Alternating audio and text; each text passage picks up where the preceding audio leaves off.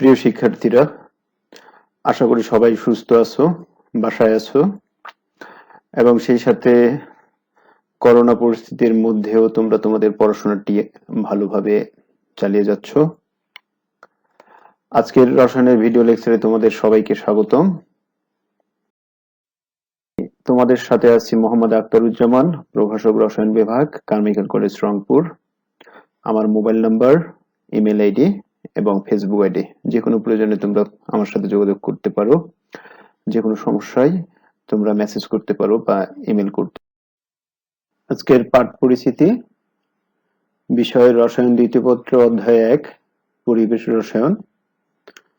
বিষয়বস্তু: অ্যাভোগাড্রো সূত্র ও গেলুসাকের গ্যাস আয়তন সূত্র, আদর্শ গ্যাস সমীকরণ, মুলার গ্যাস ধ্রুবক এবং সংশ্লিষ্ট গাণিতিক সমস্যা। প্রথমে সংক্ষেপে একটু অ্যাভোগাড্রো সম্পর্কে জেনে নিই। তার পুরো নাম হচ্ছে লরেঞ্জো রোমানো এমিদিও কার্লো অ্যাভোগাড্রো। এটা তার ছবি এবং তার নিচে সিগনেচার আছে। তার জন্ম হচ্ছে 9 আগস্ট 1776 সালে তুরিনে এবং মৃত্যু হচ্ছে 9 জুলাই 1856 সালে তুরিনেই। আর তিনি কর্মজীবনে একজন পদার্থবিজ্ঞানের অধ্যাপক ছিলেন। তুরিন ইউনিভার্সিটি তিনি অধ্যাপনা করেন।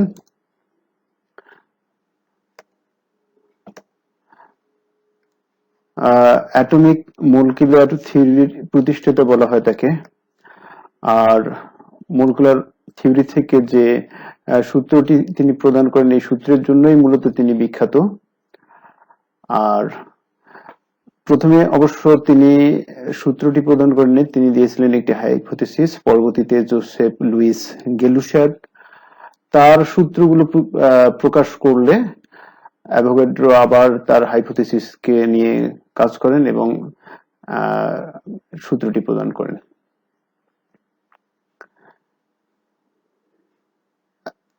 অ্যাভোগাড্রোর নাম্বার, এর জন্য বিজ্ঞানী অ্যাভোগাড্রো ব্যাপক পরিচিত। এই নাম্বারটি হচ্ছে মূলত এক মোল কোনো পদার্থে যত সংখ্যক অণু, পরমাণু বা আয়ন থাকে সেই সংখ্যাটাকেই অ্যাভোগাড্রোর সংখ্যা বলে। এই সংখ্যাটা হচ্ছে 6.023 × 10⁻23।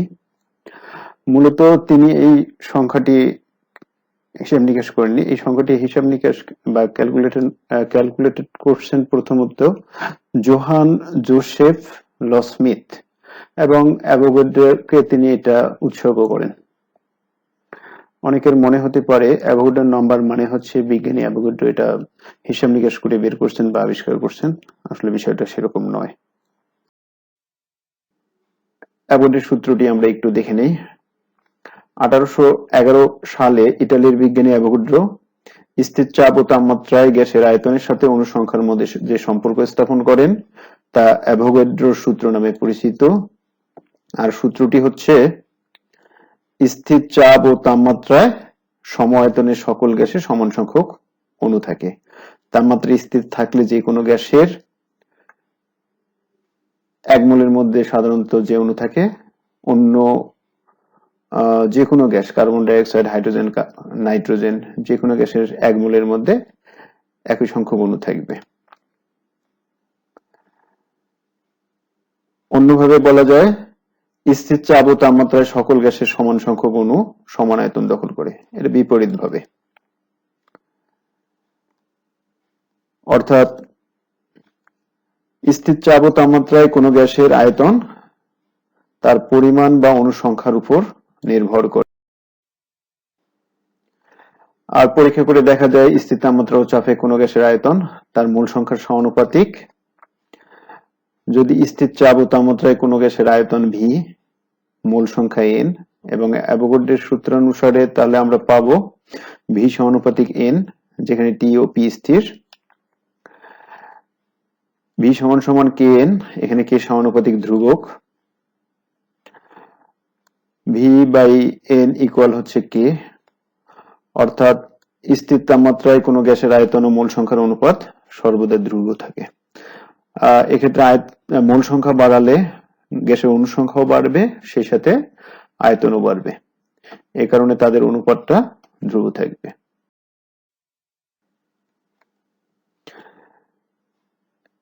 আবার আমরা জানি স্থির তাপমাত্রা ও চাপে যে কোনো গ্যাসের 1 মোলের আয়তন সমান এবং প্রমাণ তাপমাত্রা ও চাপে তা 22.4 লিটার।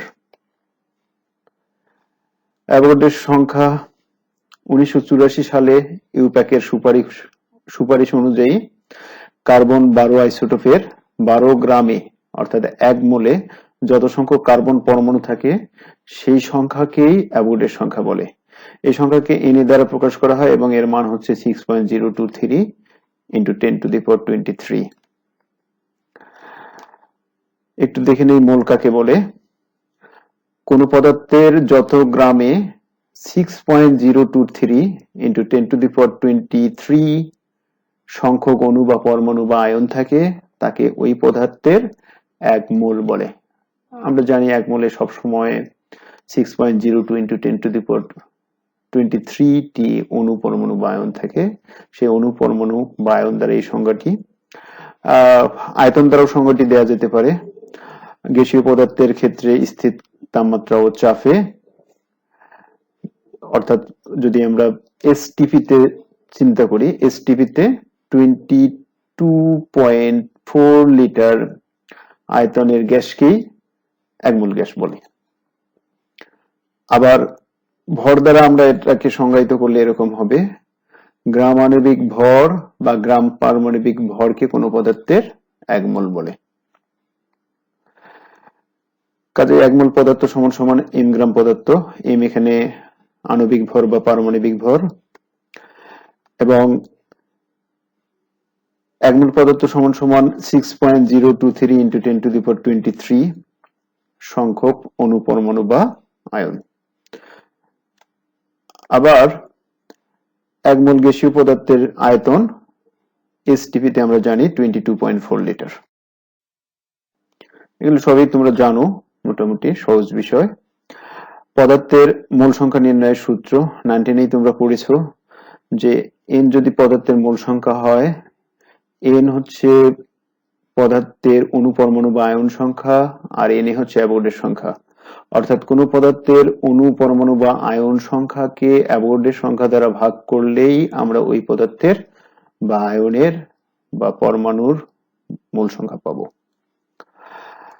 আর মোলার ঘনমাত্রা এবং লিটার এককে আয়তনের গুণফল থেকেও আমরা হচ্ছে গ্যাসীয় পদার্থের ক্ষেত্রে মোল সংখ্যা পাবো। অর্থাৎ মোলারিটিতে কোন পদার্থের ঘনমাত্রা এবং লিটার এককে আয়তনের গুণফলকেই মোল সংখ্যা বলে। আর আয়তন লিটার এককে প্রকাশ করার পর গ্যাসীয় পদার্থের আয়তন 1 মোলের জন্য 22.4 লিটার আমরা জানি। তাহলে কোন গ্যাসীয় পদার্থের লিটারে প্রকাশিত আয়তনকে 22.4 লিটার দ্বারা ভাগ করলে আমরা এসটিপি তে ওই পদার্থের মোল সংখ্যা পাবো। আবার ভর থেকে মোল সংখ্যা নির্ণয়ের ক্ষেত্রে গ্রাম এককে পদার্থের ভরকে পদার্থের আণবিক ভর বা পারমাণবিক ভর দ্বারা ভাগ করলেই আমরা ওই পদার্থের মোল সংখ্যা পাবো। এখানে n হচ্ছে পদার্থের অণু পরমাণু বা আয়ন সংখ্যা, c হচ্ছে মোলারিটিতে প্রকাশিত ঘনমাত্রা, w হচ্ছে গ্রাম এককে পদার্থের ভর, আর m হচ্ছে পদার্থের গ্রাম আণবিক বা পারমাণবিক ভর। আমরা যদি একটু চিন্তা করি যে 46 গ্রাম সোডিয়াম সমান সমান কত মোল, তো গ্রাম এককে ভর W এখানে হচ্ছে 46 গ্রাম আর সোডিয়ামের পারমাণবিক ভর হচ্ছে 23। তাহলে 46 কে 23 দ্বারা ভাগ করলে আমরা পাই 2, অর্থাৎ 46 গ্রাম সোডিয়াম সমান সমান 2 মোল সোডিয়াম। আবার 66 gram carbon dioxide equal 66 divided by 44 equal হচ্ছে 1.5 মোল কার্বন ডাই অক্সাইড। এখানে 44 হচ্ছে কার্বন ডাই অক্সাইডের আণবিক ভর।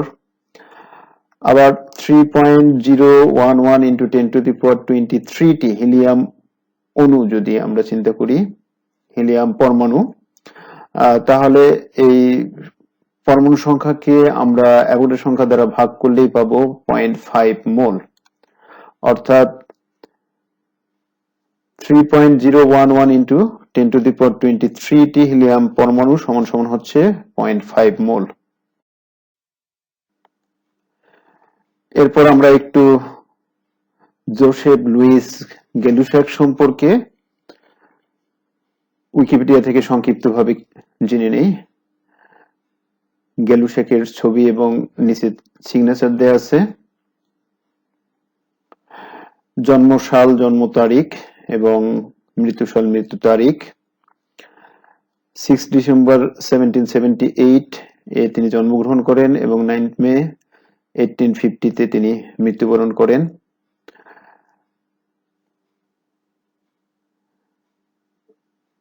তিনি ছিলেন মূলত একজন ফ্রেঞ্চ কেমিস্ট, ফ্রান্সের অধিবাসী ছিলেন এবং সেই সাথে তিনি একজন ফিজিসিস্ট, অর্থাৎ একই সাথে তিনি রসায়ন নিয়ে কাজ করছেন এবং পদার্থ নিয়েও কাজ করছেন। তিনি রসায়নেরও অধ্যাপক ছিলেন কিছুকাল এবং পদার্থবিজ্ঞানেরও অধ্যাপক ছিলেন কিছুকাল। তিনি মূলত গ্যাসের দুটো সূত্র আছে তার, গ্যাসায়তন সূত্র এবং চাপের সূত্র, এই সূত্র দুটোর জন্যই বেশি বিখ্যাত। আর তিনি অনেক বিখ্যাত ছিলেন। 1804 সালে তিনি এবং জিন বাপটিস্ট বায়োট হট এয়ার বেলুন তৈরি করেন এবং তারাই প্রথমত 7,000 ফিট বায়ুমণ্ডলে 7,000 ফিট উপরে সেই বেলুনে চড়ে ভ্রমণ করেন এবং বায়ুর স্যাম্পল কালেকশন করে বায়ুর বিভিন্ন স্তরে বায়ুর ঘনত্ব নিয়ে কাজ করেন।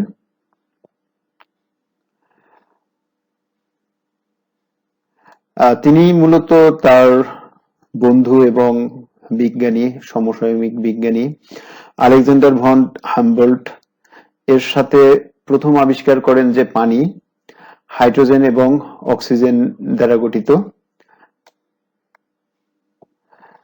তিনি বোরন মৌলের সহ আবিষ্কারক এবং আয়োডিনকেও তিনি প্রথম রিকগনাইজড করেন এবং সায়ানোজেনকে তিনি প্রথম সিনথেসিস করেন।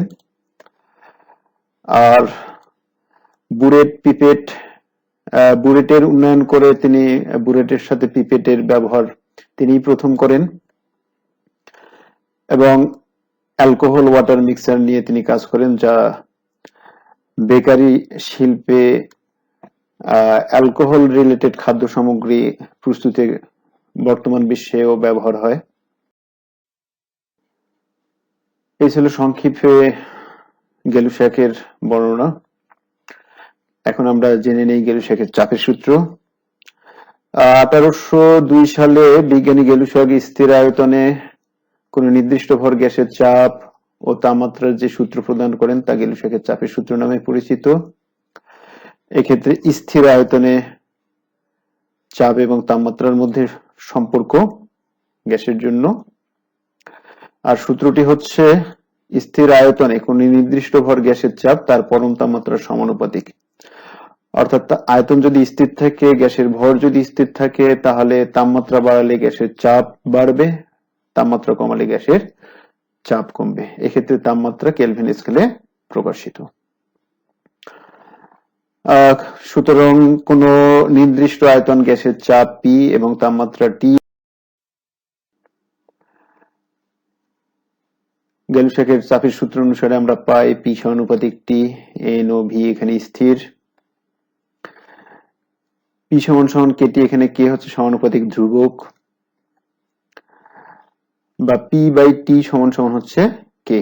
অর্থাৎ স্থির আয়তনে কোন নির্দিষ্ট ভর গ্যাসের চাপ ও তাপমাত্রার অনুপাত সর্বদা ধ্রুব থাকে। আমরা যদি আয়তন স্থির রাখি, গ্যাসের পরিমাণ স্থির রাখি, তাহলে তাপমাত্রা পরিবর্তনের সাথে চাপের যে পরিবর্তন হয় সেই চাপ এবং তাপমাত্রার অনুপাত সর্বদা ধ্রুবক থাকবে। আর যেহেতু ধ্রুবক থাকে চাপ এবং তাপমাত্রার অনুপাত, তাহলে T1 যদি প্রাথমিক চাপ এবং তাপমাত্রা হয়, T2 যদি পরিবর্তিত চাপ এবং তাপমাত্রা হয়, তাহলে P1T1 ইকুয়াল P2T2, যেহেতু চাপ এবং তাপমাত্রার অনুপাত সর্বদা ধ্রুবক থাকে।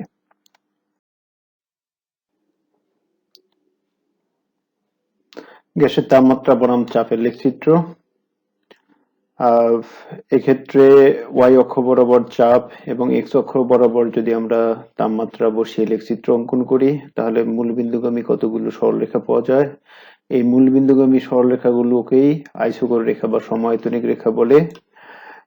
পাশের চিত্রটি খেয়াল করো।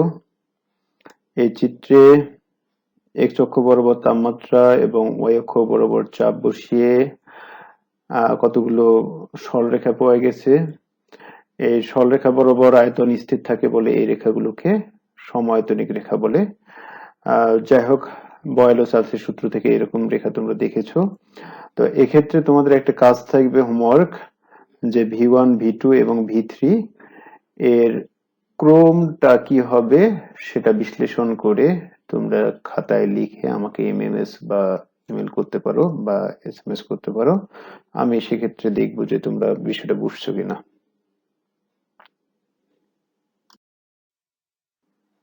গ্যালিসকের গ্যাস আয়তন সূত্র।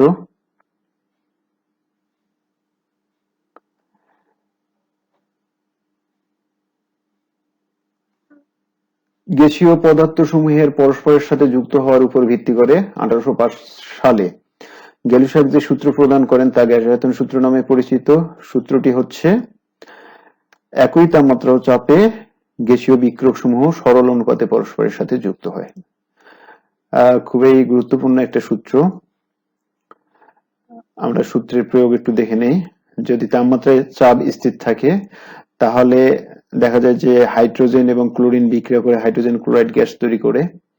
এক্ষেত্রে 1 মোল হাইড্রোজেন গ্যাস দেখা যায় 1 মোল ক্লোরিন গ্যাসের সাথে যুক্ত হয়ে 2 মোল হাইড্রোজেন ক্লোরাইড গ্যাস তৈরি করে। অনুরূপভাবে 1 মোল নাইট্রোজেন গ্যাস 3 মোল হাইড্রোজেন গ্যাসের সাথে যুক্ত হয়ে 2 মোল অ্যামোনিয়া গ্যাস তৈরি করে। এই হচ্ছে সংক্ষেপে গ্যালিসকের গ্যাস আয়তন সূত্র। এটার প্রয়োগ অনেকেই তোমরা 9, 10 করে আসছো, এই জন্য এর সম্পর্কে ডিটেলস আর কিছু এখানে আলোচনা করব না। আমরা বয়েল, চার্লস, অ্যাভোগাড্রোর সূত্রের সমন্বয় করে দেখি কি পাওয়া যায়। বয়েলের সূত্র অনুসারে আমরা জানি V সমানুপাতিক 1/p যখন n এবং t স্থির থাকে। এটাকে আমরা 1 নং সমীকরণ ধরতেছি। চার্লসের সূত্র অনুসারে V সমানুপাতিক t, n এবং p স্থির। এটাকে আমরা 2 নং সমীকরণ ধরতেছি। অ্যাভোগাড্রোর সূত্র অনুসারে V সমানুপাতিক n, যেখানে t এবং p স্থির, এটা 3 নং সমীকরণ। এই 1, 2, 3 এই তিনটি সমীকরণকে আমরা সমন্বয় করলে পাই V সমানুপাতিক nt ডিভাইডেড বাই p, অর্থাৎ V সমান সমান k nt divided by p, যেখানে k একটি সমানুপাতিক ধ্রুবক।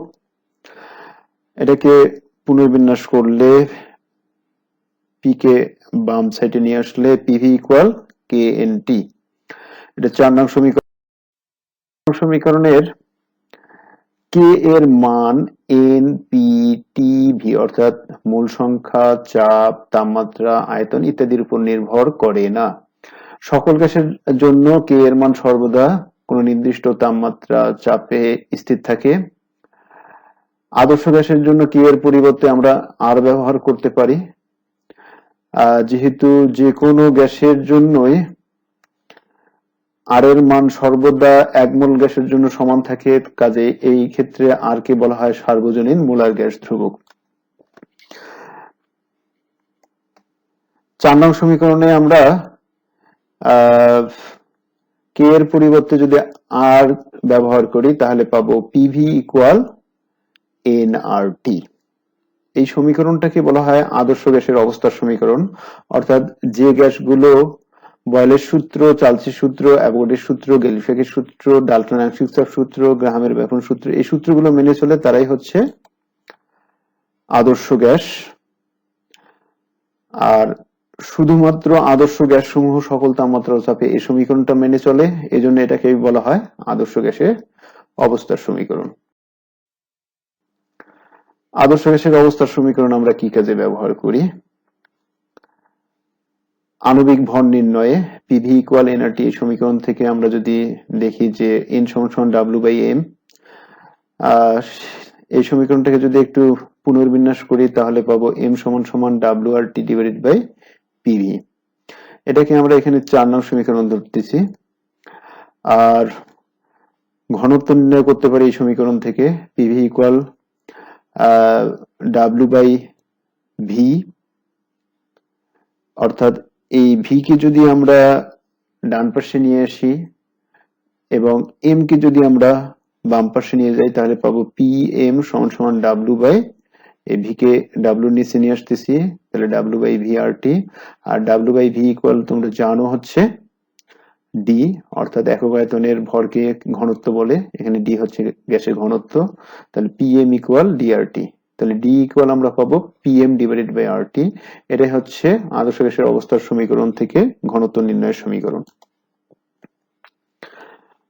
আমরা এই সমীকরণ থেকে কোন পাত্রে গ্যাসের ঘনত্ব নির্ণয় ঘনমাত্রা নির্ণয় করতে পারি। পি সমান সমান এন বাই ভি, এখানে আমরা ভি কে যদি ডান পাশে নিয়ে আসি তাহলে এন বাই ভি, আর এন বাই ভি ইকুয়াল আবার আমরা জানি ঘনমাত্রা, মোলার ঘনমাত্রা, তাহলে পি ইকুয়াল পাচ্ছি সি আর টি, তাহলে সি ইকুয়াল হচ্ছে পি বাই আর টি। এটাই হচ্ছে কোন গ্যাসের ঘনমাত্রা নির্ণয়ের সমীকরণ আদর্শ গ্যাসের অবস্থার সমীকরণ থেকে। আদর্শ গ্যাসের অবস্থার সমীকরণ থেকে আমরা অণু পরমাণুর সংখ্যাও নির্ণয় করতে পারি। গ্যাসের অণু পরমাণুর সংখ্যা নির্ণয় করার জন্য আমরা জানি পিভি ইকুয়াল এন আর টি, আবার এন ইকুয়াল হচ্ছে এন বাই এন এ আর টি। কাজে এন কোন পাত্রে বা সিলিন্ডারে গ্যাসের অণু সংখ্যা সমান সমান এন এ অ্যাভোগাড্রো সংখ্যা গুণন PV divided by R T. এটাই হচ্ছে কোন সিলিন্ডারে কোন নির্দিষ্ট তাপমাত্রা ও চাপে কোন গ্যাসের অণু সংখ্যা নির্ণয়ের সমীকরণ। এই সমীকরণগুলো মাথায় রাখলে আমরা কোন গ্যাসের আণবিক ভর, ঘনত্ব, ঘনমাত্রা এবং অণুর সংখ্যা বা পরমাণু সংখ্যা নির্ণয় করতে পারি। অণুর সংখ্যা হচ্ছে সাধারণ দ্বিপরমাণুক, ত্রিপরমাণুক গ্যাসীয় অণুর ক্ষেত্রে আমরা অণুর সংখ্যা বের করি, আর নিষ্ক্রিয় গ্যাসের মৌলগুলোর ক্ষেত্রে আমরা পরমাণু সংখ্যা নির্ণয় করি। সার্বজনীন মোলার গ্যাস ধ্রুবক আর এর মান নির্ণয়। আর এর মান মূলত কেমিস্ট্রিতে সবচেয়ে বেশি ব্যবহার হয় লিটার বায়ুমণ্ডলীয় চাপ সিস্টেমে। এসটিপি তে আমরা জানি চাপ 1 অ্যাটমসফিয়ার, তাপমাত্রা হচ্ছে 0 ডিগ্রি সেন্টিগ্রেড বা 273 কেলভিন, আর মোল সংখ্যা হচ্ছে 1 মোল, আয়তন হচ্ছে 22.4 লিটার। 1 মোল গ্যাসের আয়তন হচ্ছে 22.4 লিটার এসটিপি তে। মোলার গ্যাস ধ্রুবক আর সমান সমান হচ্ছে পিভি ডিভাইডেড বাই এনটি। এখানে পি হচ্ছে 1 অ্যাটমসফিয়ার, ভি হচ্ছে 22.4 লিটার, মোল সংখ্যা 1 এবং টেম্পারেচার হচ্ছে 273 কেলভিন। এটা ক্যালকুলেশন করলে আমরা পাবো 0.0821, আর চাপের একক অ্যাটমসফিয়ার, আয়তনের একক লিটার, ডিভাইডেড বাই মোল সংখ্যার একক কেলভিন এবং তাপমাত্রার একক, মোল সংখ্যার একক মোল আর তাপমাত্রার একক কেলভিন। এখান থেকেই আমরা আর এর মান নির্ণয় করতে পারি। আর এর মান নির্ণয় করার পর আর এর এককও নির্ণয় করতে পারি। এখানে আর এর একক হবে litre atmosphere per kelvin per mole. SI সিস্টেমে এসটিপি তে চাপ হচ্ছে 101325 প্যাসকেল, আর তাপমাত্রা হচ্ছে 273 কেলভিন, আয়তন 1 মোল, গ্যাসের 1 মোলের জন্য আয়তনটা হবে 22.4 লিটার। এটাকে যদি এসটিপি তে আয়তনের একক আমরা জানি মিটার কিউব, লিটারকে 1000 দ্বারা ডিভাইড করলে আমরা মিটার কিউবে আয়তনটা পাবো। এখন এই মানগুলো আমরা আর equal PV divided by N T এই সমীকরণে যদি বসাই তাহলে পাবো 8.314 জুল পার কেলভিন পার মোল। এই বিষয়গুলো তোমরা ভিডিওটা দেখার সময় অবশ্যই পজ করে করে দেখবা, আর ভিডিওটা তোমরা ডাউনলোড করে নিয়ে পজ করে করে ধীরে ধীরে লিখে লিখে প্রয়োজনে দেখতে পারো। খাতা কলম সাথে নিয়ে লিখে লিখে নিজেরা একটু লিখলে প্র্যাকটিস হয়ে যাবে, বিষয়টা তোমাদের আয়ত্তেও থাকবে। ক্যালোরি এককে আর এর মান আমরা জানি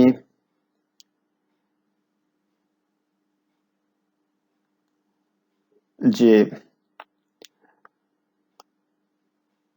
জুল এককে আর এর মান হচ্ছে এসআই সিস্টেমে 8.314 জুল পার কেলভিন পার মোল। এটাকে যদি আমরা 4.814 এটা দ্বারা ডিভাইড করি তাহলে পাবো 1.987 ক্যালোরি পার কেলভিন পার মোল। এখানে জুলটা হয়ে যাবে ক্যালোরি। আর আমরা জানি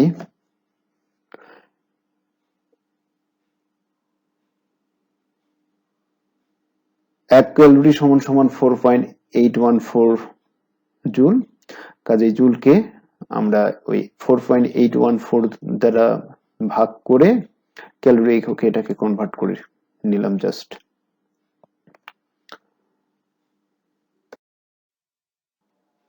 তোমাদের জন্য কিছু গাণিতিক সমস্যা। গাণিতিক সমস্যা 1, কোন নির্দিষ্ট সিলিন্ডারে রক্ষিত নির্দিষ্ট ভর মিথেন গ্যাসের তাপমাত্রা 27 ডিগ্রি সেন্টিগ্রেড এবং চাপ হচ্ছে 2150 মিলিমিটার মার্কারি এবং আয়তন হচ্ছে 4250 মিলিলিটার। সিলিন্ডারে কতটি মিথেন অণু আছে? তাহলে এখানে তাপমাত্রা দেয়া আছে, চাপ দেয়া আছে এবং আয়তন দেয়া আছে। অণুর সংখ্যা বের করতে হবে। তাপমাত্রা T সমান সমান 27 degree centigrade, that's mean 300 kelvin. আয়তন হচ্ছে দেয়া আছে মিলিলিটার এককে, আমরা এটাকে লিটারে কনভার্ট করব। 1000 দ্বারা ভাগ করলে পাওয়া যাবে হচ্ছে 4.25 লিটার। আর চাপ দেয়া আছে মিলিমিটার মার্কারি এককে, এটাকে 760 দ্বারা ডিভাইড করলে পাওয়া যাবে হচ্ছে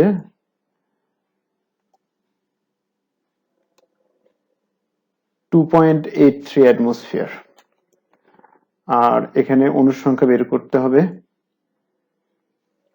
আমরা জানি N সমান সমান Na PV divided by RT আদর্শ গ্যাসের অবস্থার সমীকরণ থেকে। আর এখানে Na হচ্ছে অ্যাভোগাড্রোর সংখ্যা, এটা জানি যে 6.023 into 10⁻23। আর P হচ্ছে 2.83 অ্যাটমসফিয়ার, V হচ্ছে 4.25 লিটার। যখন এটা লিটার হবে অবশ্যই এটা অ্যাটমসফিয়ার করতে হবে। আর যেখানেই মোলার গ্যাস ধ্রুবক আর থাকবে সেখানে সবগুলোই লিটার অ্যাটমসফিয়ার চাপ এককে নিয়ে কনভার্ট করে আমরা কাজটা করব। অথবা এসআই সিস্টেমে কাজ করলে সবগুলোই এসআই সিস্টেমের যেটার একক যেরকম হয়, যে পি এর একক হচ্ছে প্যাসকেল, ভি এর একক মিটার কিউব, আর এর একক জুল পার কেলভিন পার মোল, এভাবে বসিয়ে এসআই সিস্টেমে কাজ করব।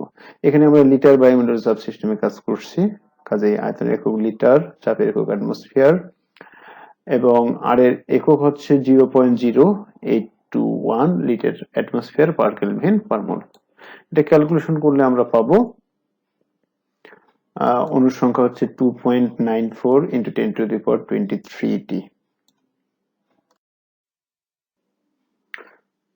তোমাদের জন্য আরেকটা গাণিতিক সমস্যা, গাণিতিক সমস্যা 2, বেলুনে রক্ষিত 0.2 গ্রাম ভরের কোন গ্যাসের তাপমাত্রা 30 ডিগ্রি সেন্টিগ্রেড এবং চাপ 95 কিলোপ্যাসকেল এবং আয়তন হচ্ছে 250 মিলিলিটার হলে ওই গ্যাসটির আণবিক ভর কত? এখানে তাপমাত্রা 303 কেলভিন আর আয়তন হচ্ছে 250 মিলিলিটার। এটাকে লিটার এককে কনভার্ট করে নিলাম, 1000 দ্বারা ডিভাইড করলে 0.25 লিটার। আর চাপ হচ্ছে 95 কিলোপ্যাসকেল।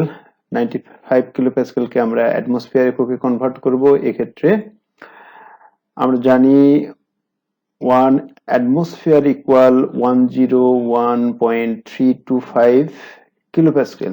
কাজে 95 কিলোপ্যাসকেলকে 101.325 দ্বারা ডিভাইড করলে অ্যাটমসফিয়ার এককে আমরা চাপের মান পাবো। মানটা পাবো হচ্ছে 0.938 অ্যাটমসফিয়ার এবং গ্যাসের ভর দেয়া আছে 0.2 গ্রাম। আর আদর্শ গ্যাসের অবস্থার সমীকরণ থেকে আমরা এই ক্যালকুলেশন করে আণবিক ভরটা বের করব, এম এর মান কত। আমরা আদর্শ গ্যাসের অবস্থার সমীকরণ থেকে জানি আণবিক ভর m = WRT divided by PV। এখানে যে মানগুলো দেয়া আছে, এখন মানগুলো যদি বসাই দিই তাহলেই আমরা খুব সহজেই ক্যালকুলেশন করে m এর মান পেয়ে যাব। m এর মান পাওয়া যাবে 21.24। যাই হোক, এইভাবে তোমরা তোমাদের জন্য বাড়ির কাজ। 1 নম্বর হচ্ছে 20 ডিগ্রি সেন্টিগ্রেড তাপমাত্রা এবং কোনো নির্দিষ্ট চাপে 0.17105 গ্রাম হাইড্রোজেন গ্যাসের আয়তন এবং একই চাপে 25 ডিগ্রি সেন্টিগ্রেড তাপমাত্রায় 3.7 গ্রাম এ গ্যাসের আয়তন সমান হলে এ গ্যাসের আণবিক ভর কত? এক্ষেত্রে একটা বিষয় যে এখানে তাপমাত্রা দেওয়া আছে, চাপ দেয়া নেই, ধরে নিবা চাপ পি। উভয় ক্ষেত্রে চাপ যেহেতু একই, সেক্ষেত্রে চাপ ক্যান্সেল হবে। আমরা পিভি ইকুয়াল এনআরটি জানি। এই সমীকরণে আমরা যদি প্রথম ক্ষেত্রে হাইড্রোজেনের মানগুলো বসাই দিই আর পরবর্তীতে এ গ্যাসের মানগুলো বসাই দিই, দেওয়ার পর যদি প্রথম হাইড্রোজেনের জন্য যে সমীকরণটা পাবো সেটাকে যদি আমরা এ গ্যাসের সমীকরণ দ্বারা ডিভাইড করলেই আমরা m এর মানটা পেয়ে যাব। তোমরা এইভাবে কাজটা করবা। আর উদাহরণ বিভিন্ন বইয়ে দেয়া আছে, উদাহরণগুলো একটু দেখলেই তোমাদের জন্য কাজটা আরো সহজ হবে। আচ্ছা, 30 ডিগ্রি সেন্টিগ্রেড তাপমাত্রায় 130 কিলোপ্যাসকেল চাপে একটি গ্যাসের ঘনত্ব 2.7 গ্রাম পার লিটার হলে গ্যাসটির আণবিক ভর কত? এটা আরেকটা বাড়ির কাজ, তোমরা অবশ্যই করবা। সমীকরণ দেয়াই আছে, তোমরা নিজেরাই একটু খাতা কলম নিয়ে প্র্যাকটিস করলেই হবে। আর প্রাপ্ত উত্তর আমাকে SMS করে পাঠিয়ে দিতে পারো। সেক্ষেত্রে তোমাদের ভুল হলো কি না শুদ্ধ হলো এই ব্যাপারটা আমি তোমাদেরকে জানিয়ে দিতে পারবো। আর এখান থেকে আমরা একটু জানতে পারি সার্বজনীন মোলার গ্যাস ধ্রুবক কি এবং তা বিশ্লেষণ করতে পারবো। আইসোকোর রেখা কি সেগুলো বিশ্লেষণ করতে পারবো। গ্যালিসীয় গ্যাস চাপের সূত্র, গ্যাস আয়তন সূত্র, অ্যাভোগাড্রোর সূত্র, এগুলো বর্ণনা করতে পারবো এবং আদর্শ গ্যাসের সমীকরণ প্রতিষ্ঠা করতে পারবো। যাই হোক, এই বিষয়গুলো তোমরা একটু আরো বই টেক্সট বুক থেকে ডিটেলস জেনে নিবা। আজকে এই পর্যন্তই প্রিয় শিক্ষার্থীরা। তোমাদের জন্য বড় এই প্রত্যাশা থাকবে তোমরা পরিশ্রম করবে, ধৈর্য মনোযোগের সাথে পড়াশোনা করবে এবং আরো সবাই দোয়া করি যেন করোনা দ্রুতই চলে যায়। আর সবাই বাসায় থেকো, নিরাপদে থাকো। আজকে এই পর্যন্তই। ধন্যবাদ সবাইকে।